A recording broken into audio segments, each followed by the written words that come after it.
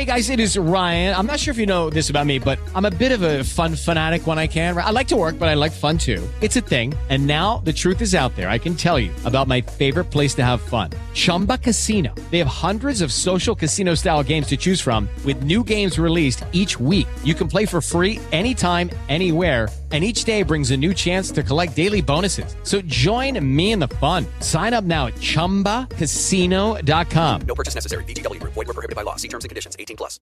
Hello there. It is Eric Erickson. I am so glad to be back with you guys. I've missed y'all. Happy New Year to you. The phone number. Oh, by the way, yes. There are 12 days of Christmas. We're still in the season, so Merry Christmas. My lights, are they down? No, of course not, because it's still Christmas. Yours should be up too. We got a couple more days here. Shut up, Philip. Phone number, if you'd like to be a part of the program, 877-97-ERIC, 877-973-7425. Glad to have you with me today. We got to talk about Ron DeSantis. And just bear with me if you're on the phones. I want to get to you guys on the phones of this segment, but I got to talk about Ron DeSantis first. They are coming for Ron DeSantis. They are out to get this man. My gosh, there is a coordinated effort. Now, who are they? They are the Democrats and their friends in the media. They want to end Ron DeSantis. Now, if you're a short-term thinker, you're looking at the schedule and you're thinking, they want to end him because he's running for governor this year. That has nothing to do with it. Ron DeSantis is the Republican frontrunner for 2024 minus Trump. And I'll believe it when I see it on him running. The media is doing their darndest to destroy Ron DeSantis on behalf of the Democrats. Notice how there is a massive surge in the virus in New England right now and in the upper mid-Atlantic states. In New York right now, they are overwhelmed with the virus. In Michigan, they are overwhelmed with the virus. They never had their Delta surge, and now they're getting Delta and Omicron together in New York, and New Jersey, and Connecticut. And you don't hear a lot of media coverage about that. They're still fixated on Florida, a state that has gone back to life. In the last couple of days, Ron DeSantis fell off the campaign schedule, fell off the gubernatorial schedule. He was taking meetings. His daily public schedule was being published, but he wasn't doing events. A lot of phone calls. One of the Democratic candidates against him, along with the Democratic Party as a whole, Alexandria Ocasio-Cortez and members of the media, were all, where's DeSantis? Why can't he do his job? Does he have COVID? What's going on with him? Where is he? Why isn't he out there? Why isn't he on the job? Ron DeSantis' wife was diagnosed with cancer. DeSantis has been with his wife getting her cancer treatments. Now, full disclosure, I take this one personally. My wife, if you're a long-term listener, you know my wife has cancer. She has lung cancer. She goes every 3 months to Emory University for scans. Her cancer, there's not a cure for it, but she takes an oral chemo every day that keeps the cancer tumors from growing. The pill is supposed to work for 2 years. She's been on it for 5. It's still working, but she goes every 3 months for scans. And that is our metronomic regular routine in life these days. And until COVID hit, I could go with her. And I would take off work and I would go with her. And I can't. I am the hospital policy is only the patient. I can't go. And I really want to be there. I really want to be there. And I can't. They won't let me. And I just appreciate that Ron DeSantis is able to be with his wife. And I think it is a nasty, awful, terrible thing that Democrats would attack Ron DeSantis for being not on the public publicity tour, but being with his wife. Now, the response from the Democrats is, well, you can't believe Ron DeSantis. How do we know? It has been documented and confirmed now he was with his wife for her cancer treatment. And still, they're like, well, they could have forged it. He could have rigged it. Here's what's going on here. DeSantis is a successful governor. You have a right-wing renaissance of people moving to Florida. I know tons of conservatives who moved to Florida. Nashville is becoming the Hollywood of the conservative movement. And otherwise, you're moving to Florida. A lot of talk radio show hosts have moved to Florida. A lot of news personalities have moved to Florida, the Palm Beach area, not just because of Donald Trump and Mar-a-Lago, but in large part because of Ron DeSantis reopening Florida the way he had. Now, never mind Georgia reopened before Florida. DeSantis is, and in the media, nobody thinks Brian Kemp is running for president. Everybody presumes Ron DeSantis is. But to get to 2024, Ron DeSantis has to get through 2022. He won the governor's race in Florida. It was a very close race. Andrew Gillum was his opponent. I think it was the mayor of Tallahassee. Had a complete meltdown afterwards. Wound up hooking up with dudes doing drugs at a hotel. He's married to a woman. Andrew Gillum is. But there was a strain of white guilt in the media about Andrew Gillum. You see, when DeSantis ran the first time in 2018, he was running against Andrew Gillum, a black man. Brian Kemp in Georgia was running against Stacey Abrams, a black woman. And the American press corps, the political press corps, was obsessed with the quote-unquote Kennedy-esque good looks of one Beto O'Rourke, who was running against Ted Cruz for the United States Senate. Beto O'Rourke got the Vanity Fair profiles, the New Yorker profiles, the New York Times profiles, the hagiographic treatment on MSNBC, the National Press Corps going to Texas. Can he, will he, won't he please beat Ted Cruz? And Beto O'Rourke, as a result, got a massive pile of fundraising from progressives around the country, driven in large part due to the media hype.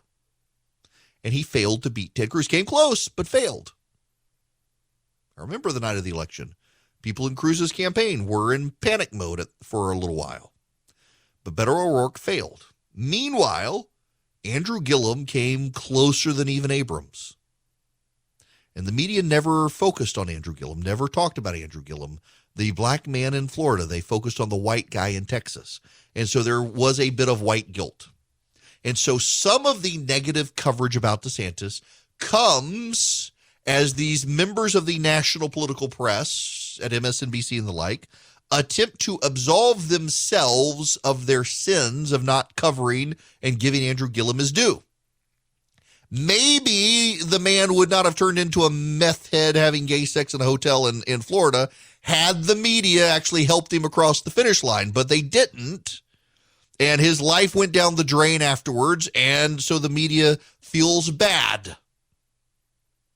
And they've got to do something to make up for it. Just like with Stacey Abrams. They're going to give fawning coverage to Stacey Abrams and give her a pass on denying her loss and refusing to concede the election. They got to give her a pass. She's a black female progressive. They must help her, do what they can to help her. It's very much what's happened with the situation in Florida. But there's more to it than just Andrew Gillum. Yes, there's white guilt among the press corps, but there's also 2024. And to get there, Ron DeSantis has to get through 2022. He's up for re-election. And the Democrats have thus far forwarded two nut job candidates, Nikki Fried, the ag commissioner, who had some sort of meltdown histrionic situation with her boyfriend a while back, and then Charlie Crist, the former Republican governor turned Oompa Loompa, who has moved to Washington, D.C. as a member of Congress as a Democrat. Neither of these are credible candidates, and the Democrats all know it. In fact, the Democrats are starting to look at Georgia as more of a swing state than Florida. They think Florida's largely lost to them. The Democratic Party in Florida was on the verge of bankruptcy, destitute, everybody at each other's throats. They got the former mayor of Miami to become the chairman of the Democratic Party in Florida. To his credit, he has tried to put Humpty Dumpty back together, and though he can't, he's done better than anyone else. He's found some level of party unity. But the Democrats are in disarray in Florida. So the media has had to step in, and they are obsessed with going after Ron DeSantis. They are obsessed with Florida's handling of the virus. They are obsessed with what Florida has and has not done about the virus. They have, what was the woman's name? Now I can't remember her name. She was the technical coordinator for the Department of Public Health. She claimed to be some level of expertise and said that DeSantis was covering up COVID. He wasn't. And she was a nut job herself who had criminal indictment against her. But the media put her on television. They put her on CNN. They put her on MSNBC. In fact, kudos to Jake Tapper at CNN for calling out his colleagues for giving the woman credibility. But a lot of them did. And they look at the Democratic Party and they see what's going on. The Democrats don't want Joe Biden to run again. An overwhelming number of Democrats oppose Joe Biden running for office again. Yeah, Rebecca Jones, thank you. That's who I'm thinking of, the supposed expert that the media gave all sorts of attention to. The media, they want the Democrats to do well in 2024. They fear not just Trump, but a Trump-like Republican. So the result is they got to do as much sabotage of DeSantis now and hopefully beat him in 2022. Otherwise, he becomes the Republican frontrunner in 2024. He just does. This isn't an endorsement. This is a statement of fact. There is a Republican love affair with Ron DeSantis in that he has governed as a reasonable, regular old Republican. But on the campaign trail, he comes across as Trumpy. He bridges the gap. He bridges the gap between the Trump supporters who want someone who fights and the rest of the Republican Party who just wants somebody who's competent and can govern. And he does that. That's why he's a threat. So they're coming for him. Alexandria Ocasio-Cortez, I've mentioned this, has been doing everything she can to attack Ron DeSantis and attack Florida and Florida's policy. She's wanted mask mandates and the like. Got seen repeatedly without a mask vacationing in Florida over Christmas vacation. Even the Democrats who hate Florida want to go to Ron DeSantis' Florida to vacation. And you go to Florida and you see a state that is firing on all cylinders. It is economically productive. Its kids have a level of school choice thanks to Jeb Bush. So its kids are not hurt by prolonged government shutdowns. DeSantis has fought progressive school boards to demand in-person learning and getting rid of mask mandates. And he has successfully been able to form a conservative judiciary in Florida and has a conservative Republican legislature in Florida. And they have been able to do things that progressives said would be bad and has turned out, all of these policies have turned out very good. So they got a bellyache about it. They got to complain. They got to engage in character assassination. Why? This is so important for you to understand. They are scared of Ron DeSantis because the Democrats look around. They don't think Joe Biden's going to run again. And they're scared of their own bench. They don't have a good one. They don't have a deep one. They don't have an experienced one. And here comes a guy who navigated COVID and did all the things that Andrew Cuomo said he was going to do, like take care of senior citizens and not let them die. And DeSantis did them without cover-up, without corruption, and did them successfully. When Andrew Cuomo, who they were putting on CNN every night, patting him on the back, was disastrous. So they've got to try to pregame the record and seed it in people's minds that he's bad, because that's the only way they're going to win in 2024 if he were the nominee. Now, I don't know that he will be. He's certainly the front runner, I think. There are a lot of other people. There are a lot of other contenders. He can make some missteps. He's got some problems behind the scenes. But also, he's competent as governor of Florida. And they can't abide by that. You've got all these people with white guilt in the press because of their treatment of Andrew Gillum. They're ignoring him. And you've got a potential Republican frontrunner in 2024 with a major track record of success and common sense in navigating the virus. They're going to do everything they can between now and the governor's race in 2022, at the end of 2022, to do everything they can to undermine DeSantis. Because even if he wins, they got to rough him up in the run-up to 2024. This is the National Press Corps picking sides yet again. And I don't think it's going to work.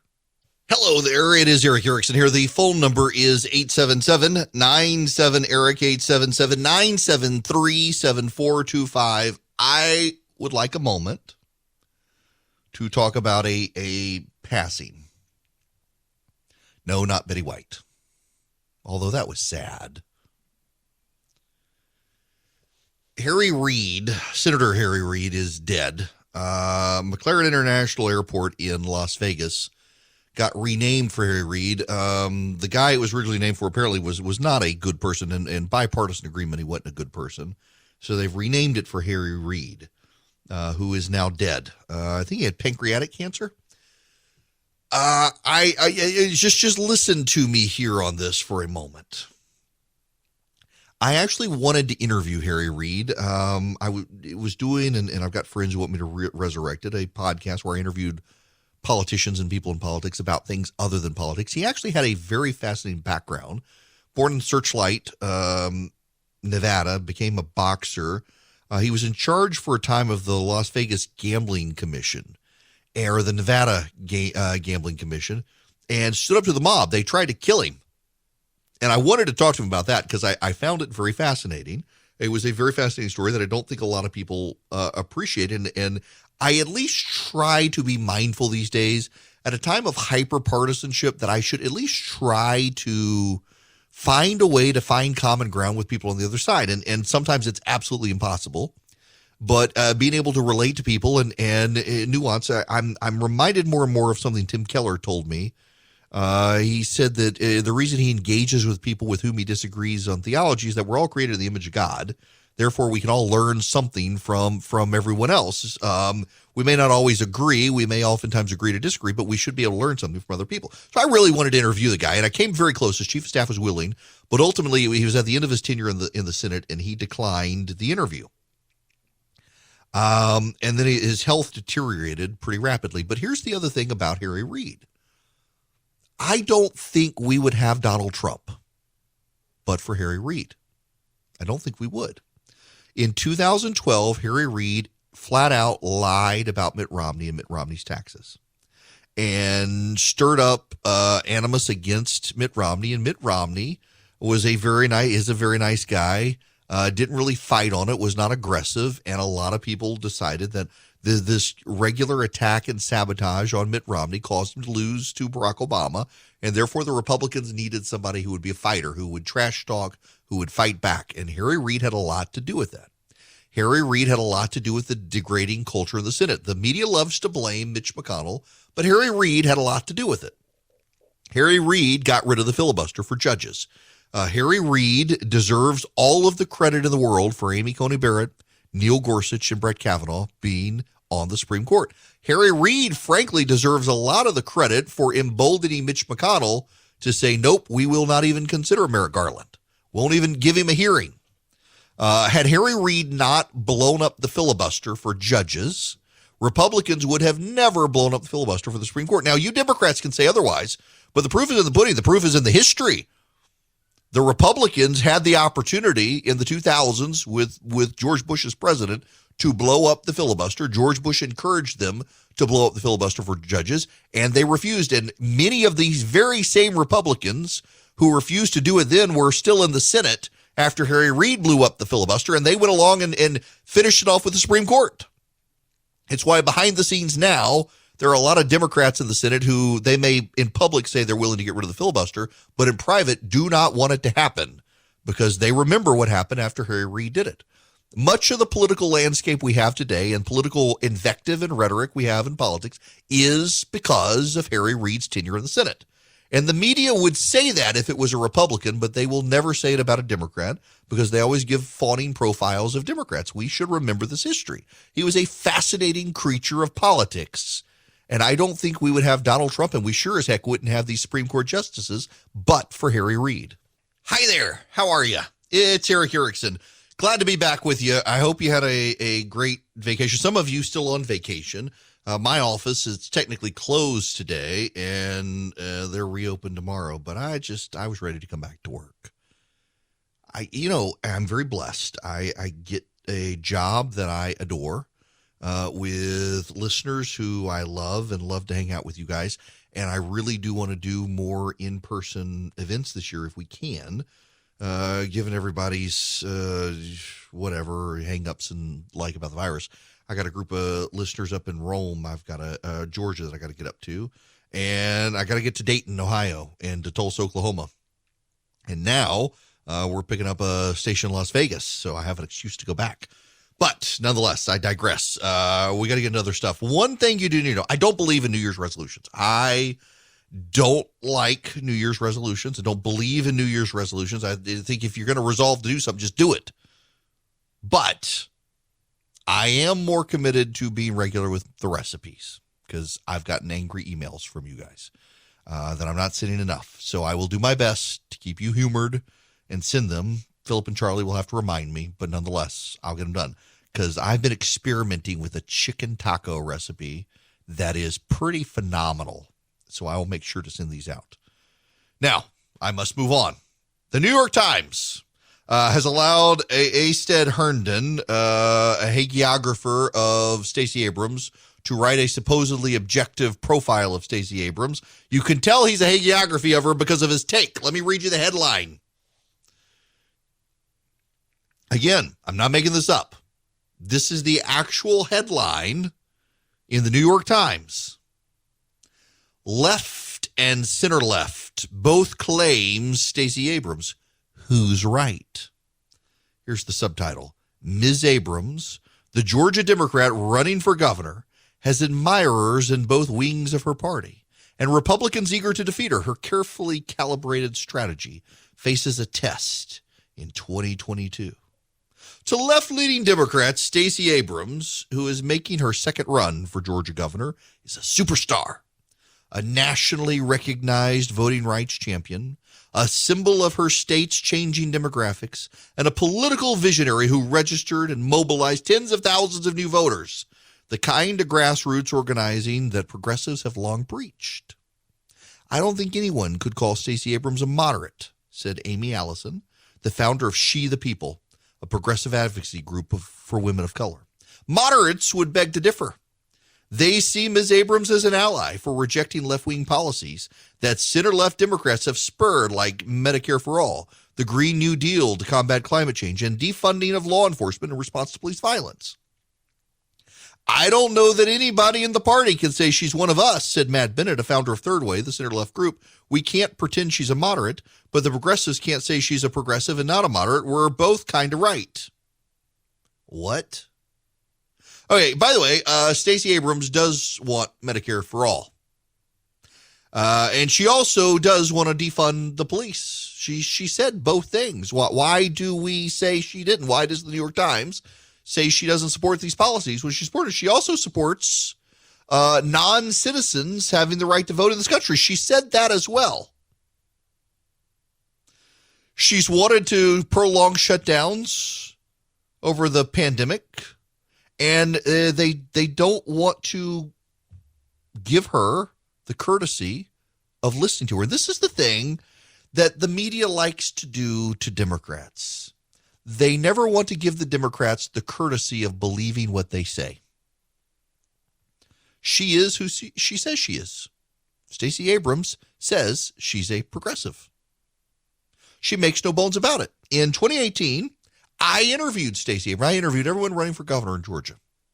I actually liked the interview. She is, by the way, a very nice person, even as we disagree fundamentally on everything. But one of the things she said, and I admired her for saying it, is that she is a progressive, that she's not going to run to the center and then run to the left. She's going to run to the left and persuade people that her values are good for her. Now, that was Stacey Abrams in 2018 saying that. That was Stacey Abrams who said that. In 2018, Stacey Abrams said she saw no need to do what Democrats in Georgia have done in the past, which is run to the left in a primary and then run to the center in the general. She was going to run to the left in the primary, and she was going to stay on the left and convince people that her values were their values. That was her. She said it. And now the New York Times is like, well, is she on the left or is she on the center? We have no idea. It's a carefully coordinated strategy. No. She said it. She said that non-citizens should have the right to vote. She said that. She said that.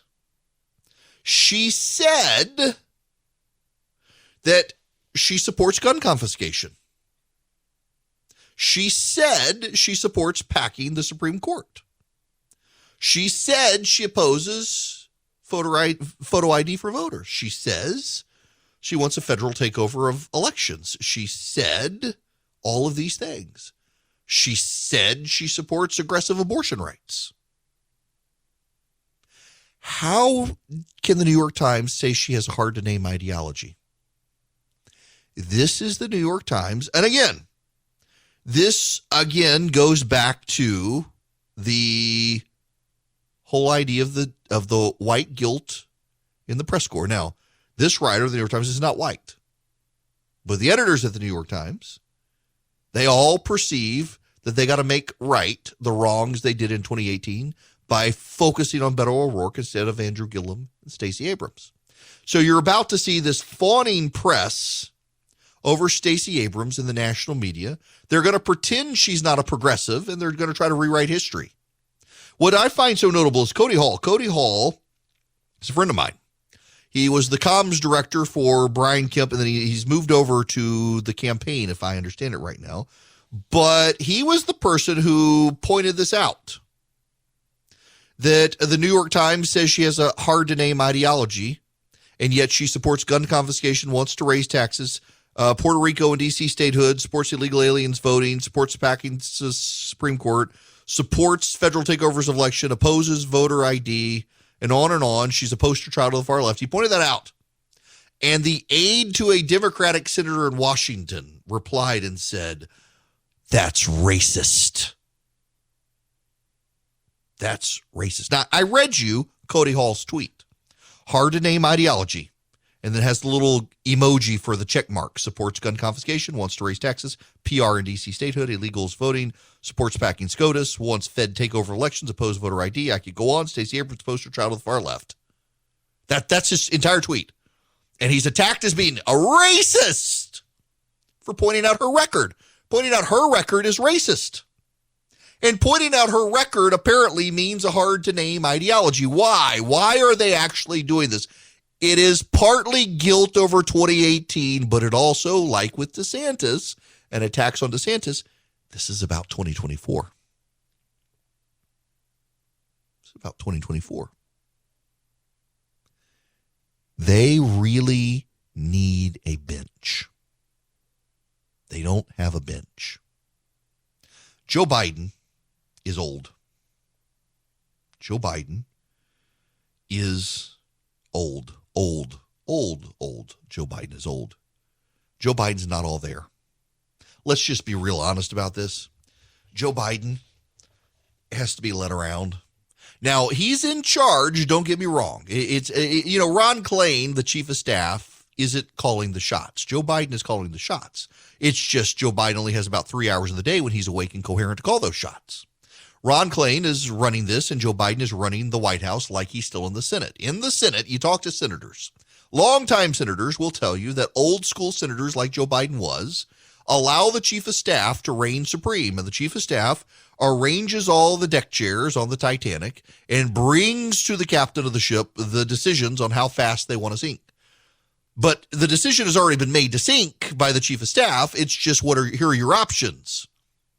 Do we try to slow it down and evacuate the crew and the people, or do we just go for it and hit the bottom of the Atlantic? So at the end of the day, Joe Biden makes the decision, but Ron Klain structures the decisions. That's the way the Senate office worked. That's the way the White House works. And it's not working well for the Democrats. In fact, it's working very badly for the Democrats right now. Have you seen Joe Biden's polling? As he's been out of the limelight over the holiday season, it's rebounded a little bit, but it's still not good. And the Democrats don't want Joe Biden to run in 2024. And they don't like Kamala Harris. My gosh, have y'all seen the Kamala Harris interviews? She cannot help herself. This woman cannot help herself. She is bad at this. She is bad at running for office. She is bad at pretty much everything she's bad about. I mean, her interviews have just been ridiculous and embarrassing. She gave an interview to Face the Nation. I forget the woman's name who's in charge of Face the Nation now on CBS. And she had no answer on inflation. She was just flat out bad in the interview. Every time Kamala Harris gets on the stage, she screws up. Well, their fallback is Pete Buttigieg. Notice how he's fallen out of the limelight again. Nobody's talking about Buttigieg again. He went on paternity leave and was actually doing a roadshow tour for some fawning documentary about him. Nobody wants to talk about that, but he was. And nobody even knew he was gone. That's their backup plan. Now they're looking at what's his name in North Carolina, the Democratic governor of North Carolina. One is a Democrat in a state that Donald Trump won. And so now they're thinking, maybe this guy, maybe we can get him. But he clearly wants to run, but he can't say anything because he's too moderate for the progressives. So who do they have? They don't have a bench, which is why they have to frame Stacey Abrams as someone who can bridge the gap between centrists, the center left, and the left. Maybe Stacey Abrams, dare I say, be what their white knight? Am I allowed to say that? Will I get attacked? I mean, apparently, if you criticize at all, you're accused of being a racist. But they need someone to save the Democratic Party. And a lot of them have decided Stacey Abrams, she's been open and notorious about wanting to run for president. But to run for president, you've actually got to win something other than a state house seat in Georgia. That's all she's ever won, by the way. I mean, they talk about Stacey Abrams as if she's already won the governor's mansion. She talks about it as if she won the governor's mansion. She didn't. People forget she didn't even make it into a runoff. It's not that she came close to beating Brian Kemp. It's that she came close to a runoff, and she never made it to the runoff. They got to get her in the governor's mansion. Now, unfortunately, you got some Republicans out there trying to help her. Donald Trump has already said he'd prefer Stacey Abrams to Brian Kemp. So he's running this David Perdue race down in Georgia, trying to divide the GOP. You got Republicans at each other's throat. Stacey Abrams has an easy fundraising ride because of it, and they could get her into the governor's mansion in Georgia, these Republicans who are dividing themselves up. The Republican circular firing squad in Georgia, thanks to Donald Trump and David Perdue. Hopefully they'll see the error of their ways. Can't get Stacey Abrams elected. We see the pregame here. This is all pregame. They want to destroy Ron DeSantis in the run-up to 2022 to try to hurt him on the road to 2024. They want to elevate Stacey Abrams. They want to make her into something she's never claimed to be. Literally, y'all, I interviewed Stacey Abrams. She said in more than one news outlet and in conversations with me that she was not someone who was going to run left in the primary and run to the center in the general. She was going to stay on the left and convince people those policies were good for them. And here comes the New York Times saying, is she left or is she center left? We have no idea. She's just awesome. It's all because Kamala Harris sucks. And Pete Buttigieg is shallow and vapid. And Joe Biden is too old to run again. They need somebody, and their hope is a woman who could never exceed a state house seat in Georgia. That's how bad the Democratic bench is right now. My goodness gracious. Now, had to take a sip of water. Got this cough. Before I go, I got to tell you, my friends at Patriot Mobile, they still want to do business with you. They're still there. They're still out there. I love these people. I love this company. These are such nice people. They are Christians and conservatives, and they are explicit about it in the way they run their business, and they want your business. And they use all the same cell towers everybody else uses. So you don't have to worry if you go to them, will I have coverage? You can go see their coverage. They got great coverage maps on their site. And they will give you free activation with my name. They have 100% U.S.-based customer service. You never have to worry about calling Mumbai when you call Patriot Mobile. You got somebody here in the United States willing to help you, willing to give you good discounts. Your teacher, you're an NRA member, your large family, your veteran, your first responder, you get discounts with Patriot Mobile. You can save money with Patriot Mobile. What you do is you go to patriotmobile.com/Eric, patriotmobile.com/ERICK. Or you can call them 972-PATRIOT. You tell them Eric sent you. You get free activation. You're doing business with a company that takes a portion of its profits and uses it to fund the conservative movement, the pro-life cause, the Second Amendment cause, the conservative movement. So not only are you aligning with a company that shares your values, but by doing business with them, you're helping advance the conservative movement as well. PatriotMobile.com/Eric Don't doubt me on this, but if you do, go check out their coverage maps at patriotmobile.com/Eric, and you'll see you don't have to worry about your coverage, and you get a great company to work with. This is the program brought to you by First Liberty Building and Loan. They are in Noonan, Georgia, but they can help you nationwide. If your business wants to grow, I'm talking be a big business with six-figure loans, reach out to First Liberty. They can help your business. They make their own lending decisions. Go to firstlibertyga.com. Get their contact info. Just spend 10 minutes with them. Tell them I sent you so I get the credit. But spend 10 minutes with them. See if you're a good fit for their program. They really want to help, and they've got experience going back to the 1990s doing this. firstlibertyga.com. Y'all, Apple has just made history. I'm in the cult. Philip just texted me during the break. Apple market cap has just broken $3 trillion. It's the first company to ever become that big. It was the first company to hit $1 trillion, and it's the first company to hit $3 trillion. I think Microsoft got to $2 trillion right before they did, which is phenomenal. Because, I remember back in the day when Apple was like $10 a share, and then Microsoft was a massive company, and then it just bottomed out, and its stock became just garbage during the Ballmer days, and now they've all rebounded. Microsoft has really reinvented itself, but so too has Apple. $3 trillion. That's historic. My gosh, there's a lot of money in the markets right now. The markets are all trending up today as well. Real quick, I want to talk about Let's Go Brandon. During Christmas, the president and first lady were taking phone calls for NORAD's Santa tracker, and they talked to some guy. At the end of the call, the guy wraps up by saying, "Let's go, Brandon." And the president says, yeah, let's go, Brandon. And you could tell from the first lady's look at her face, she knew what had happened. President was clueless. I thought it was hilarious. I thought it was hilarious. I also thought it was bad manners. And my gosh, I have gotten attacked by people on the left for saying I thought it was hilarious, and people on the right for saying it was bad manners. But y'all, he's still the president of the United States, and he just was wanting to wish the guy a Merry Christmas and to do the whole "Let's Go Brandon" thing. What I think was even worse, though, is the outrage from the media. NBC, by the way, it was an NBC reporter who came up with the phrase "Let's Go Brandon." Misheard something or claimed to mishear something in a NASCAR race, told the winner, Brandon, that the crowd was chanting "Let's Go Brandon," but they were actually chanting "F Joe Biden." And so "Let's Go Brandon" has become a polite way of saying the F Joe Biden stuff. And it was NBC. Now NBC is calling it a right-wing slur of the president. I remember when they didn't bat an eyelash over people using the F Trump phrase. And it wasn't F, it was the word. Y'all know the word. I thought it was bad. I mean, I still think civility matters. I realize no one else does anymore. I'm old-fashioned, I guess. But when the president of the United States, whether it's Barack Obama or Donald Trump or Joe Biden, calls to wish you Merry Christmas, just take the Merry Christmas. You get to talk to the president. Not everybody gets to talk to the president of the United States. And then I think what was worse was the media reaction to all of it. They blew it all out of proportion. They attacked the guy. They tried to have the guy canceled. The Daily Beast went after the guy, exposed where he worked and all of that. It was terrible treatment of that guy. I don't think he should have done it, but he shouldn't be ruined for having done it. It was still a very funny thing. Judy was boring. Hello. Then Judy discovered ChumbaCasino.com. It's my little escape. Now Judy's the life of the party. Oh, baby, mama's bringing home the bacon. Whoa, take it easy, Judy.